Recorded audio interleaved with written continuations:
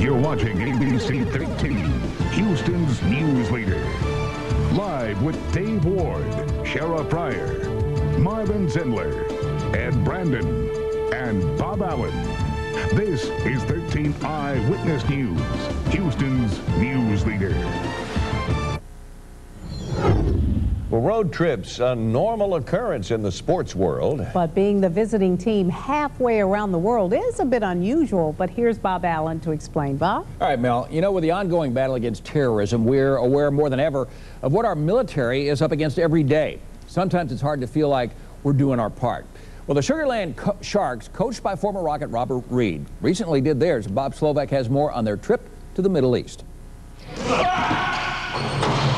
A rough and tough basketball game can sometimes be described as a war, but it couldn't be farther from it. Our troops overseas, the ones fighting the real battles.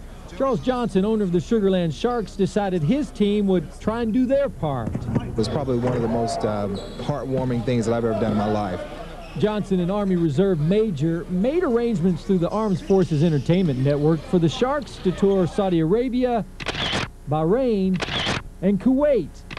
The Sharks meeting our military and playing the base teams along the way. Military personnel treated us great.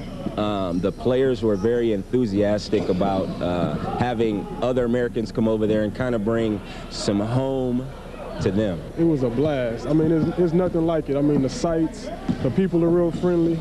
But we had a good time. It's something I'll never forget. Considering the tensions in the Middle East, the Sharks' trip meant even more to the troops. Basketball bringing a little piece of America to the soldiers overseas. And just to go over there and give back a little bit to our armed forces who are over there, making sure that everything here is fine, is a tremendous feeling to just be able to do that. Well, the Sharks went 5-1 on the court, but when it came to spreading goodwill, they were undefeated.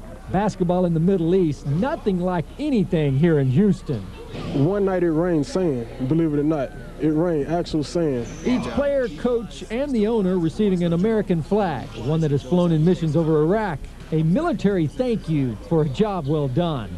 Bob Slovak, 13 Eyewitness Sports. Good for them. Coming up in sports, golfer John Daly gets a scare, and a Houston Astro is honored by the National League. All that coming up and more in sports. Very good. We'll be here. Fascinating story. Thanks, Bob.